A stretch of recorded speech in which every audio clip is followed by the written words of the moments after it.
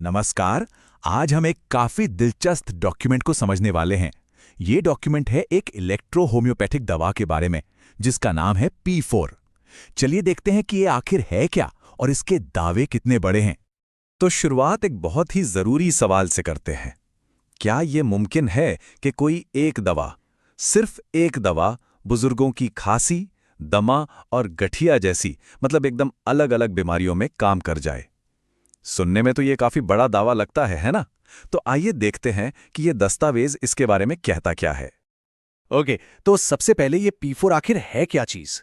तो देखिए, P4 का पूरा नाम है पल्मोनेरियो 4 और इस डॉक्यूमेंट के हिसाब से ये एक इलेक्ट्रो होम्योपैथिक दवा है।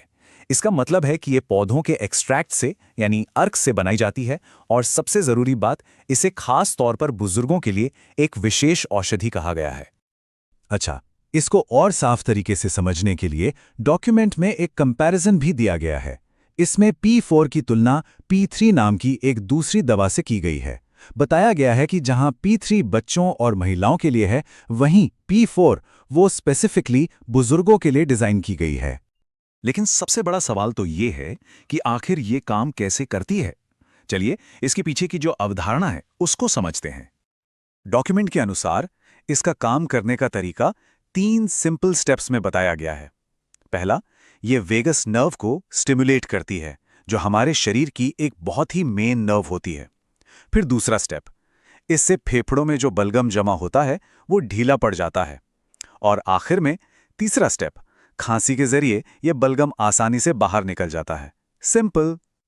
और शायद इसी वजह से इस डॉक्यूमेंट में P4 के लिए एक टर्म यूज किया गया है, उत्कृष्ट एक्सपेक्टरेंट। अब एक्सपेक्टरेंट का आसान भाषा में मतलब होता है बलगम को बाहर निकालने वाली दवा। तो इसका मेन काम इसके हिसाब से सांस की नली को साफ करना है। तो इसका फायदा कहाँ होता है?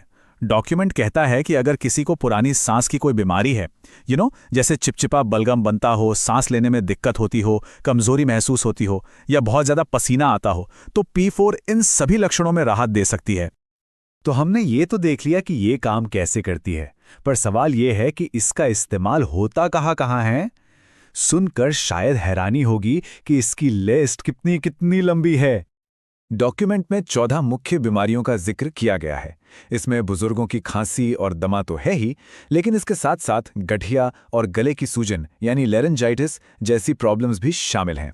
इसका मतलब साफ है कि ये सिर्फ सांस की बीमारियों तक सीमित नहीं है। लेकिन ठहरिए, बात यहां खत्म नहीं होती। इन 14 बीमारियों के अलावा ये दस्तावेज दावा करता है कि P4 200, जी हां, 200 से भी ज्यादा अलग अलग बीमारियों में काम आती है।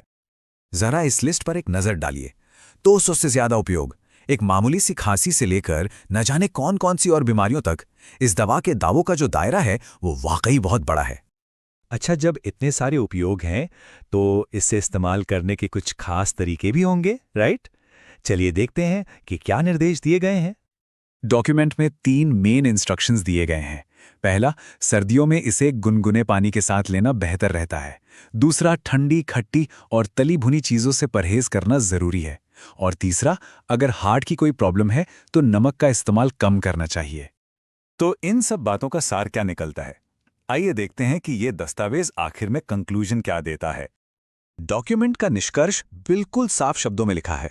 P4 वृद्धावस्था तथा पुराने श्वसन रोगों की प्रमुख औषधि है।